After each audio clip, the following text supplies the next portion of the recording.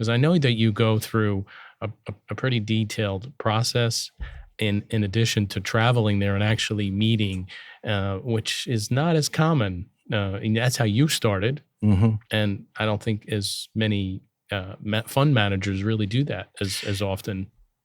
Well, I think, yeah, I'm doing the old fashioned way, the stock picking, and just kick tires and meet with the CEOs. I like to focus on smaller, medium sized companies where the CEO is still usually the founder himself, who had a vision, who knows where he's going, and he has something strong to sell in the future, and then he has skin in the game as well.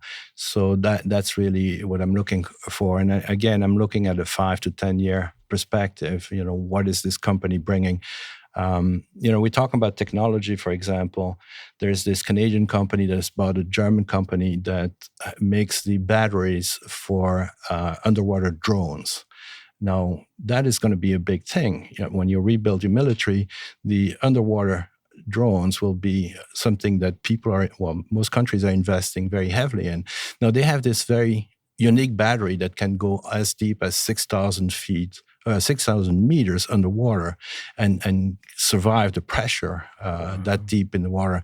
And it can last for a very long period of time. And apparently there's no other battery that has that kind of capacity. So those are the kind of value added that I'm talking about, that you have such a technology advantage, and there's a lot of demand coming down the road, because we know that Germany is rebuilding its military, Japan is rebuilding its military.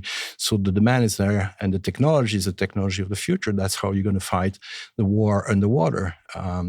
Submarines. Interesting. Yeah, it is. So there you can find those kind of unique technologies or unique companies that have a unique service that they're good at, or something like that. Or fashion. You go to Italy or you go to France, they really understand fashion. They've built a brand name like Ferrari. Now, the brand name of Ferrari is worth a lot of money. So the demand for Ferrari will always be higher than the supply, because that's how they've built their brand name. They always make sure there's more demand than supply. So they will never produce 20,000 Ferraris. They will always keep it, around 10,000, so that the demand will always be stronger. So they've built this image and this demand imbalance, the demand offer imbalance. So these are the kind of unique companies that have long-term potential and have very high margins, because if you sell a Ferrari, you can charge whatever price you want. People will pay whatever price. So these are the kind of unique business I'm looking for around the world. In the technology, in the fashion, or the service, software, special software companies.